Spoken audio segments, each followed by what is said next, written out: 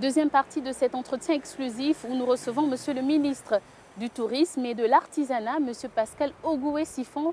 Monsieur le ministre, quelle est la suite de la mission d'identification que vous avez initiée? Quelle est la prochaine étape? Disons qu'après cette mission d'identification que nous avons terminée hier, la suite c'est la caravane touristique test qui va commencer dimanche matin à 6h30. Nous allons prendre le départ à la baie des Rois à 6h30. Vraiment on dit au plus tard 7h. Déjà à 7h30, la route sera fermée. Mais vous irez où, Donc, Monsieur le ministre? Vous ferez quoi lors de cette on caravane? part là en cortège. Ça va ressembler à une croisière terrestre. Nous allons embarquer là avec tous les touristes et nous allons démarrer pour Lambaréné. Quel est l'objectif de cette caravane, Monsieur le ministre? L'objectif de cette caravane, c'est de permettre aux acteurs du tourisme gabonais de s'imprégner du tourisme. Nous allons avoir dans ce cortège les membres du gouvernement. Nous allons avoir les parlementaires. Nous allons avoir ces fonctionnaires-là qui participent aux arbitrages des budgets du tourisme. Nous allons avoir la Banque mondiale qui accepte les crédits au niveau du tourisme. Donc c'est tout un panel d'acteurs, directs ou indirects, qui créent tout simplement la matière grise au niveau Mais de façon du tourisme. concrète, comment va-t-elle se dérouler? Qu'est-ce que feront toutes ces personnes, Monsieur le ministre? Ces personnes Elles iront feront le tourisme, tout simplement. On va partir à Lambaréné, on va visiter les sites touristiques. On va aller visiter Que vous avez identifié l'hôpital que précédemment. nous avons identifié précédemment. On va aller visiter ces sites. On va faire du tourisme. On va faire une excursion dans les sites au lac, dans les lacs. Et en même temps, nous allons découvrir la culture migovéenne. On va faire du tourisme. Il faut que tous ces acteurs-là s'imprègnent et s'imprègnent justement davantage pour avoir de la culture touristique. Madame, je vais vous dire une chose. Si nous n'avons pas la culture touristique au Gabon, nous ne pouvons pas faire décoller le tourisme. Le chef de l'État lui-même, et je l'ai identifié, il a cette culture touristique. Le fait seulement d'initier, comme il a fait ce tourisme-là, comme on est en train de le faire, c'est déjà l'activité, c'est déjà avoir de la culture touristique. Vous prenez, j'ai pris l'exemple, et je vais reprendre. C'est un exemple réel, madame. Au Rwanda, un ministre du tourisme, ou bien un ministre de l'économie ou des comptes publics, vous signe un chèque, les yeux fermés, pour écrire sur les maillots d'entraînement du PSG, pour écrire « Visite au Rwanda ». Il signe un chèque de 19 milliards. Il dit même à ces acteurs du tourisme, allez-y voir s'il n'y a pas une autre équipe pour écrire dessus, sur leur maillot principal, visite au Rwanda. Ils sont allés chercher Arsenal. Arsenal l'a accepté, Arsenal a demandé 23 milliards, ils ont payé. Pourquoi, madame? Parce qu'ils ont la culture touristique. Sinon, quand on n'a pas la culture touristique, on ne peut pas signer un chèque pareil. Monsieur le ministre, au-delà Au de Gabon, la culture touristique, peut-être que certains, pardonnez-moi de vous interrompre, Oui. n'ont pas justement les moyens de pouvoir profiter de certaines structures hôtelières, sinon de certains sites, en raison des coûts élevés, monsieur le ministre. Les coûts élevés n'empêchent pas la pratique du tourisme. Je l'ai dit plusieurs fois, vous avez l'activité touristique qui consiste à venir dans un lieu touristique, à consommer l'instant touriste, okay? C'est d'aller assouvir sa curiosité. À côté de ça, vous avez ce qu'on appelle des coûts indirects, des coûts que j'appelle des coûts environnés. Ce sont ces coûts-là qui coûtent cher, on n'arrête pas de le dire. Nous devons mettre l'accent peut-être sur ces coûts-là. Que faire pour baisser ces coûts-là, pour mettre ces monsieur le coûts ministre? au niveau du ministère des Transports, okay? Au ministère des Transports, ils sont déjà en train d'identifier tout ce qu'on peut enlever comme coûts qui ne participent pas à nos recettes en tant que telles. Ils sont en train de nettoyer tous ces coûts-là pour rendre le coût final moins cher. Et nous avons plusieurs éléments, plusieurs leviers pour que ces coûts soient faibles. Mais ce n'est pas ça d'abord, ce n'est pas ça le problème du tourisme au Gabon. Le problème du tourisme au Gabon, c'est que oui, on a un pays riche. Oui, on le sait, que sur notre côte,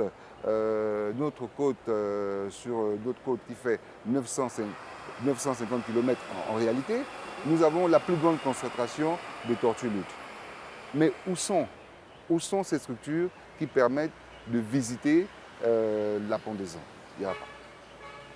Okay?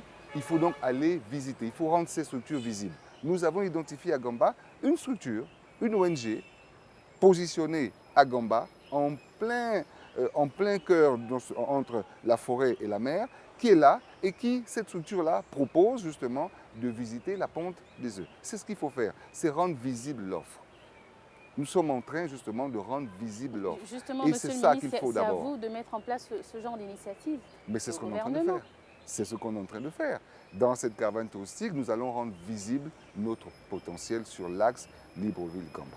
Il faut toucher du doigt, il faut rendre visible, il faut que ça donne envie d'y aller. Je sais qu'aujourd'hui, beaucoup de Gabonais veulent se rendre dans ces lieux-là pour visiter. Et je vous dis, croyez-moi, on peut faire un pari, lorsqu'on va commencer à visiter les chutes de Samba Magoti, avec bien sûr la découverte de cette crevette bleue-là, vous aurez tous les Gabonais qui voudront voir cette crevette bleue. C'est comme ça. Il faut rendre visibles ces sites pour développer le tourisme. Monsieur le ministre, on parle beaucoup d'écotourisme, du tourisme communautaire. En 20 ans d'existence, quel bilan faites-vous du tourisme autour des parcs nationaux, monsieur le ministre? On en entend beaucoup parler. Qu'est-ce qu'on y retrouve aux parcs nationaux? Il faut bien comprendre. La création des parcs nationaux a d'abord été une déclaration dans le cadre institutionnel. De dire, telle superficie-là va faire l'objet d'un parc national. Ça, c'est un travail. C'est un travail qui a été fait. Et puis, on va mettre tous les textes autour. On est dans le cadre institutionnel. Et puis, on va lutter contre le braconnage. On va préserver la nature à l'intérieur de ces parcs. C'est un travail. Ce n'est pas encore le tourisme. On ne fait pas encore le tourisme. Ce travail est dévolu à l'Agence nationale des parcs nationaux, qui est sous la tutelle du ministère de l'Environnement et des Forêts. Alors, le tourisme à l'intérieur de ces parcs nationaux doit être valorisé. Tout ce qui est valorisation touristique à l'intérieur de ces parcs dépend du ministère du Tourisme. Et justement, il y a un petit malentendu. Il y a comme une lourdeur. Il y a comme une lourdeur parce que en l'absence d'activité touristique par le ministère, à l'absence de cette activité touristique effectuée par le ministère du Tourisme, les parcs nationaux ont cru bon de faire du tourisme eux-mêmes. Les parcs nationaux proposent des activités touristiques et ce n'est pas leur travail, ce n'est pas leur métier. Ils ne demandent qu'au ministère, ils demandent au ministère du Tourisme de faire son métier. C'est tout simplement parce qu'il y avait ce vide de cette non-présence du ministère du Tourisme. Maintenant, nous sommes là. Et nous allons travailler en collaboration. Nous allons travailler en collaboration avec les parcs nationaux. Vous ferez quoi, nous allons faire, déjà cette caravane-là, nous la faisons ensemble. Oui. Nous avons fait l'identification ensemble. Nous allons faire la déclaration à partir du mois de janvier ensemble. Nous allons travailler la main dans la main, c'est ce qu'il nous faut. Il y a aussi l'Agatour, monsieur le ministre. L'Agatour est un opérateur à l'intérieur du ministère du Tourisme. C'est l'opérateur chargé du tourisme à l'intérieur du ministère du Tourisme. Donc l'Agatour est déjà partie prenante. Monsieur le ministre, nous avons parlé de la mission d'identification que vous avez initiée. Nous avons également parlé de la caravane qui va débuter dans quelques jours. Mais qu'en est-il du Grand Libreville? Qu'est-ce qui est prévu en termes de tourisme dans le Grand Libreville, monsieur le ministre? Le Grand Libreville, comme vous dites, fait également l'objet de la mission d'identification.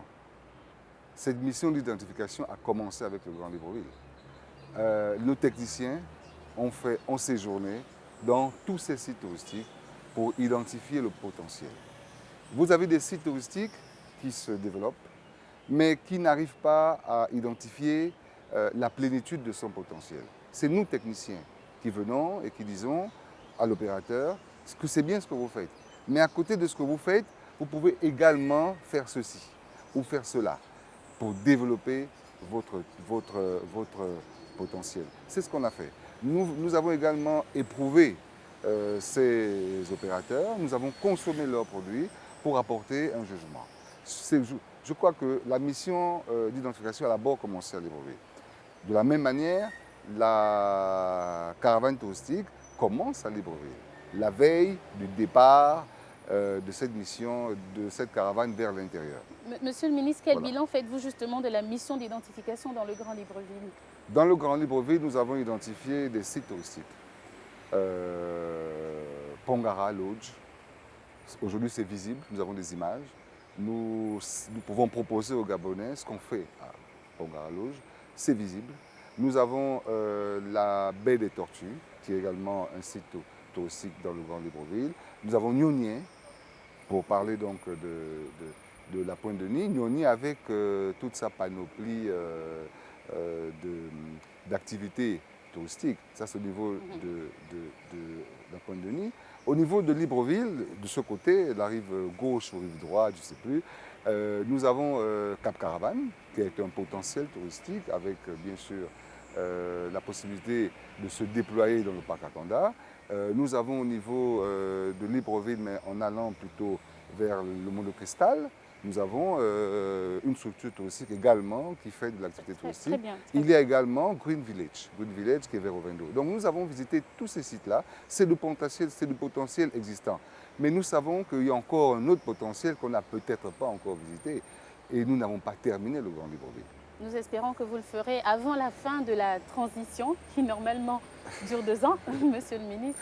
Monsieur le ministre, plus sérieusement, que retenir au sortir de cette mission d'identification? On veut sensibiliser les Gabonais sur la pratique touristique. Mais pour sensibiliser les Gabonais sur la pratique touristique, il faut que les Gabonais d'abord identifient son potentiel. Que le Gabonais comprenne ce qui peut attirer le touriste. Qu'on ne reste pas bloqué en pensant que parce qu'on n'a pas de route, parce qu'on n'a pas d'hôtel, parce qu'on n'a pas suffisamment de restaurants, les touristes ne peuvent pas venir chez nous. Non, non, il faut que les Gabonais le comprennent. Un touriste n'a pas d'obstacle. Un touriste veut satisfaire sa curiosité. Donc même si même s'il doit venir vous voir au fin fond de Tsamba Magoti, il va marcher comme nous avons fait. On a marché, on est allé voir ces chutes et c'était agréable. C'est ce que le touriste veut faire. Donc il faut comprendre la priorité du touriste avant tout simplement de se dire qu'on n'a pas les moyens de se développer. Cette mission d'identification, c'est également l'occasion de sensibiliser les populations sur le comportement que l'on doit avoir vis-à-vis du touriste. C'est également sensibiliser nos gouvernants pour qu'ils aient cette culture touristique, pour avoir de l'audace dans certaines actions et parfois même un peu de folie. Comme d'autres exemples ailleurs, justement. Oui, oui. Prenez l'exemple du Rwanda. Le président Kagame a démontré qu'il fallait une dose de folie, une petite dose de folie. Qu'est-ce qu'il a fait? Il a construit des hôtels 5 étoiles parce qu'il savait que les touristes allaient arriver dans son pays. Lorsque son pays s'interrogeait sur l'opportunité de ces 5 étoiles, il disait « Attendez, vous allez voir ». Aujourd'hui, ces 5 étoiles sont pleins parce qu'ils ont découvert des gorilles qui pouvaient attirer les touristes. Et ces gorilles-là font rentrer beaucoup d'argent dans ce pays. C'est ce qu'il faut. Il faut un élément attractif, un élément qui attire les touristes. Prenons l'exemple ailleurs. Et je crois que le chef de l'État a cette dose de folie. Et il a déjà programmé. Il a programmé un certain nombre de choses qui démontrent cette dose de folie qu'il faut avoir en tant que décideur de l'action touristique. Merci, Monsieur le ministre, d'avoir répondu à notre invitation. Je le rappelle, vous êtes Monsieur Pascal Ogoué-Siffon, ministre du Tourisme et de l'Artisanat. Merci à vous d'avoir été des nôtres sur cet entretien exclusif. Je vous dis à très vite sur Gabon 24.